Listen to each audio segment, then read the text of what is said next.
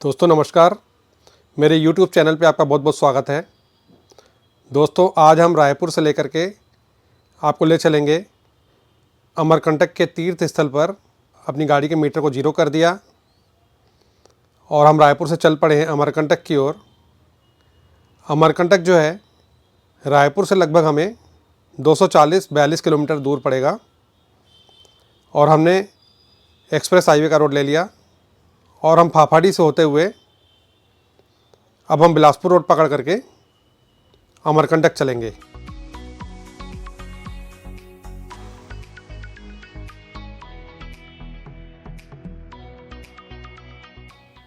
लगभग 4000 का पेट्रोल हमने भरवाया आने जाने के लिए और यहाँ से चल पड़े हम। इस रूट पे लगभग 2 टोल नाके पड़ेंगे और जिस पे लगभग आपको 160-70 रुपये दोनों टोल का मिला के एक तरफ का भाड़ा लगता है।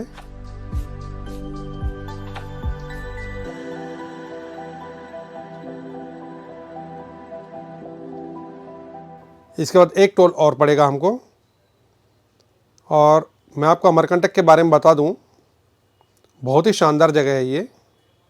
यदि आप नहीं गए हैं तो आपको एक बार अमरकंटक ज़रूर जाना चाहिए। ये मध्य प्रदेश में स्थित है। अमरकंटक जो है नर्मदा नदी, सोन नदी और जोहिला नदी का उद्गम स्थान है।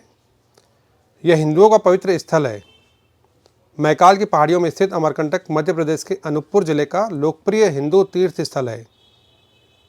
समुद्र तल से इसकी दूरी जो है, ऊंचाई जो है 1065 मीटर है। दोस्तों यह मध्य भारत के विंध्य और सतपुड़ा की पहाड़ियों का मेल होता है। अमरकंटक जो है चारों ओर से टीक और महुआ के पेड़ों से घिरा हुआ है और यहाँ से सोन नदी की उत्पत्ति होती है। नर्मदा नदी यहाँ से पश्चिम की तरफ और सोन नदी पूर्व दिशा में बहती है। दोस्तों यहाँ के खूबसूरत झरने, पवित्र तालाब, ऊंची पहाड़ियाँ और शांत वातावरण आपको एकदम मंत्रमुग्ध कर देगा। यदि आप प्रकृति प्रेमी हैं, धार्मिक प्रवृत्ति के हैं, तो यह स्थान आपको बिल्कुल स्वर्ग जैसा ही लगेगा।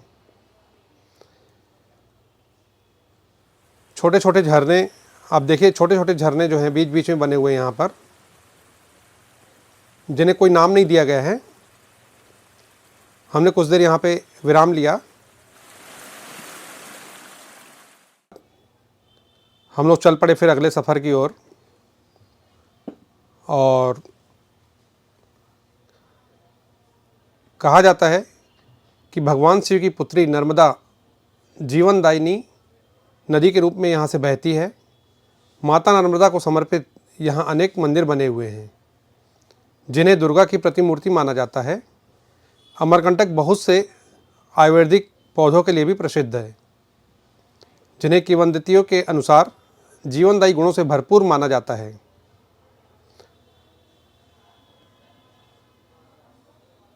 दोस्तों हम लगभग अमरकंटक अब पहुँच चुके हैं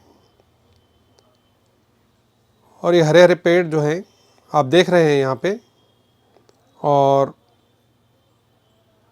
अमरकंटक हमारी एंट्री हो रही है अब।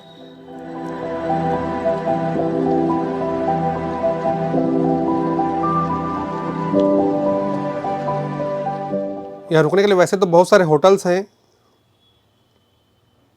लेकिन हम लोग यहाँ पर श्री कल्याण बाबा आश्रम में रुकेंगे। दोस्तों यहाँ की खूबसूरती देखते ही बनती है।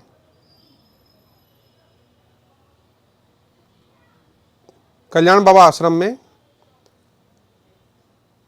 वैसे तो सुबह शाम 2 समय बहुत ही खूबसूरत आरती होती है और यहाँ रुकने के लिए कमरे बने हुए हैं।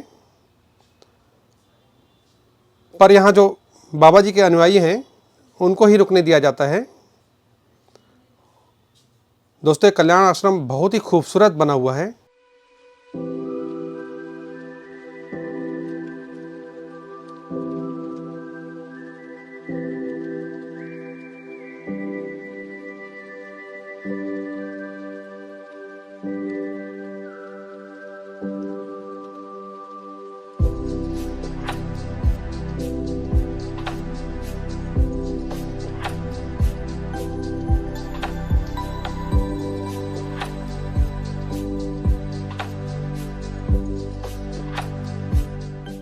कल्याण आश्रम अपने आप में बहुत ही शानदार, बहुत ही खूबसूरत जगह है। इसे यदि आपने महसूस नहीं किया, इसे आपने यदि नहीं देखा, तो समझ लीजिए कि अमरकंटक में आपने कुछ भी नहीं देखा।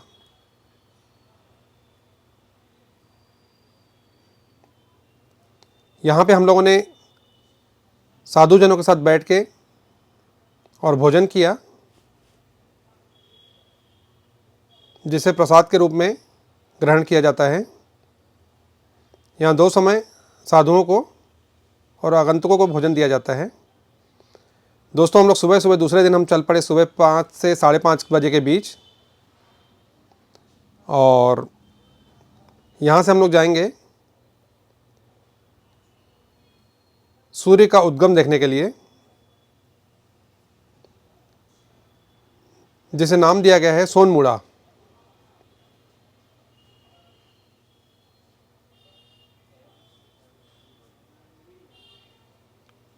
वैसे तो सूर्य का उद्गम देखें हम अपने शहरों में देखते हैं, लेकिन इन पहाड़ों के बीच में सूर्य को देखना उद्गम होते हुए अपने आप में बहुत ही खूबसूरत प्रतीत होता है।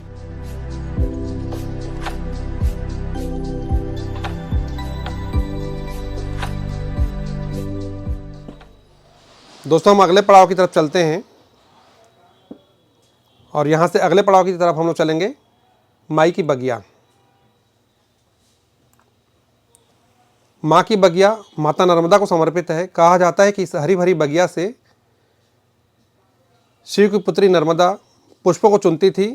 यहाँ प्राकृतिक रूप से आम, केले और अन्य बहुत से फलों के पेड़ उगे हुए हैं। साथ ही गुलकावली और गुलाब के सुंदर पौधे यहाँ की सुंदरता में बढ़ोतरी करते हैं। यह बगिया नर्मदा कुंड से 1 किलोमीटर की दूरी पर है।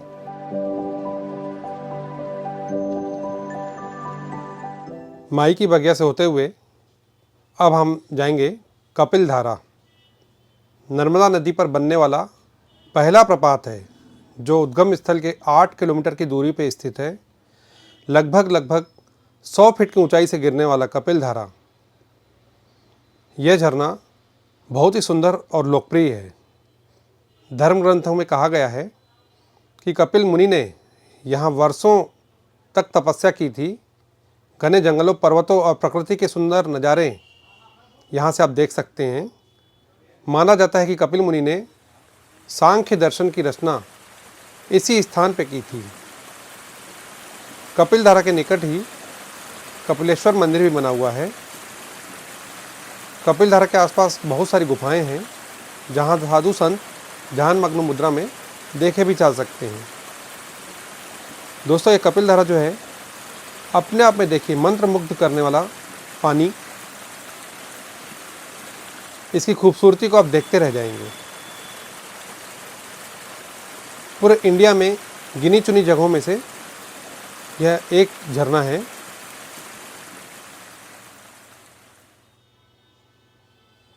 कपिल धारा के नीचे ही ट्रैकिंग पॉइंट बना हुआ है।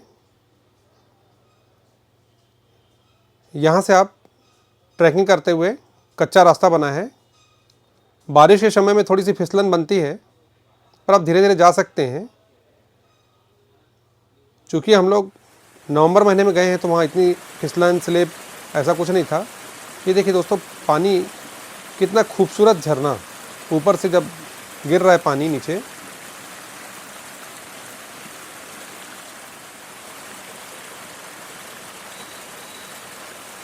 जब आप इन चीज़ों को महसूस करते हैं, एकदम मन प्रसन्न हो जाएगा। सूर्य की किरणें पड़ती हुई इन झरनों पर इतनी खूबसूरत लगती हैं, जिसका आप मतलब एकदम बहुत ही शानदार नज़ारा है। ये आपका मन मोह लेगा। ये झरना जो है, कपिल धारा जो है, अपने आप में मंत्र मुग्ध करने वाली जगह होती है दोस्तों। ये कपिल धारा के बाद हम लोग चल पड़े हैं दोस्तों अपने अगले पड़ाव की तरफ। हमारा अगला पड़ाव जो होगा अरंडी संगम। यहाँ पे नीचे एक गुफा बनी हुई है, ऊपर मंदिर है। अरंडी संगम का भी एक अपना ही महत्व है अमरकंटक में।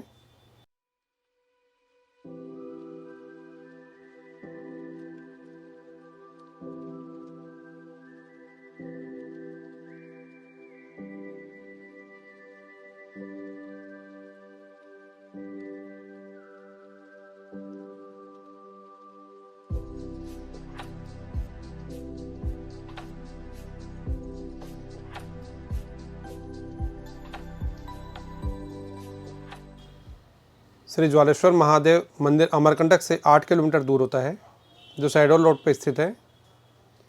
यह खूबसूरत मंदिर भगवान शिव को समर्पित है। यहीं से अमरकंटक की तीसरी नदी जोहिला नदी की उत्पत्ति होती है। विंध्य वैभव के अनुसार भगवान शिव ने यहाँ स्वयं अपने हाथों से शिवलिंग स्थापित किया था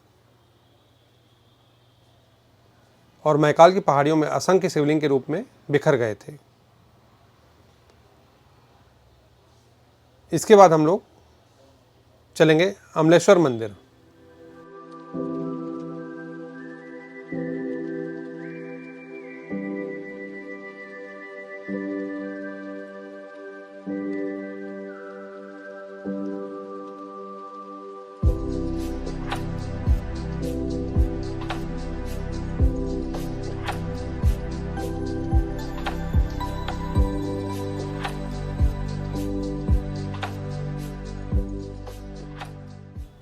दोस्तों फिर हम लोग चल पड़े अपने अगले पड़ाव की तरफ, दुर्गाधारा वाटरफॉल।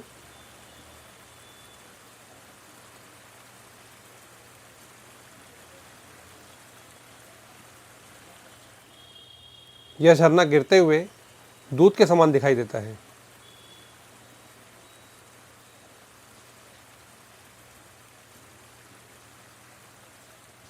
कलकल करता हुआ पानी, ये मानो आपको एकदम स्वर्ग सी प्रतीत होगा।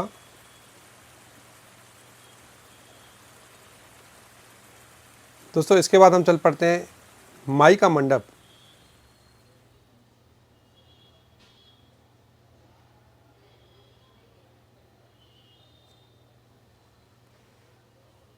माई का मंडप जो है पहाड़ों के बीच में बनाया गया है। किंवदंतियों के अनुसार यहाँ पे माता नर्मदा की शादी होने वाली थी, पर किन्हीं कारणों से यहाँ माता नर्मदा की शादी नहीं हो पाई। दोस्तों हम फिर चल पड़े अपने अगले पड़ाव की तरफ और यहाँ से हम जाएंगे जैन मंदिर, सर्वोदय जैन मंदिर। यह मंदिर भारत के अद्वितीय मंदिरों में अपना स्थान रखता है। इस मंदिर को बनाने में सीमेंट और लोहे का इस्तेमाल बिल्कुल नहीं किया गया है। मंदिर में स्थापित मूर्ति का वजन करीब 24 टन के करीब है। यहाँ भगवान आदिनाथ अष्टधातु के कमल सिंहासन पर विराजमान हैं। कमल सिंहासन का वजन 17 टन है। प्रतिमा को मुनि श्री विद्यासागर जी महाराज ने 6 नवंबर 2006 को विधि विधान से स्थापित किया। मंदिर का निर्माण कार्य अभी भी सुचारू रूप से कार्यरत है।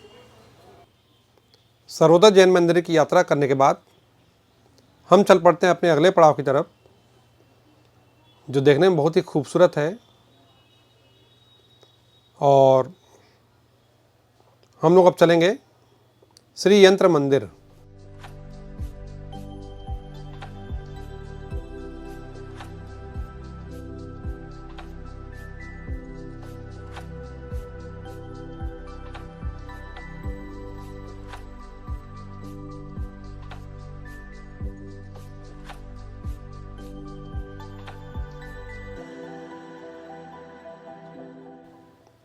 श्री यंत्र मंदिर में सभी तरह के ग्रहों का मंदिर में बाहर वर्णन किया गया है।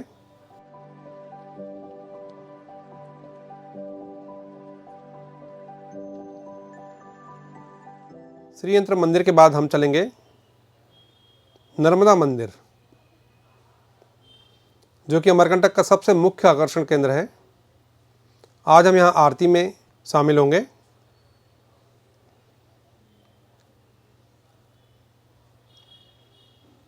इस कुंड में आप नहा भी सकते हैं।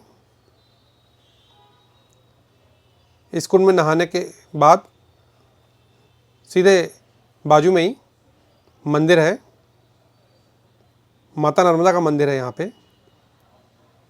पे सुबह शाम 2 समय आरती होती है।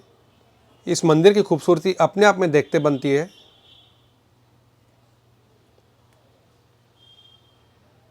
वैसे तो नर्मदा परिक्रमा विधि विधान नियम से की जाए तो 1300 किलोमीटर से भी ज़्यादा लंबी परिक्रमा होती है, जो कि 3 साल 3 महीने 13 दिन में पूरी होगी।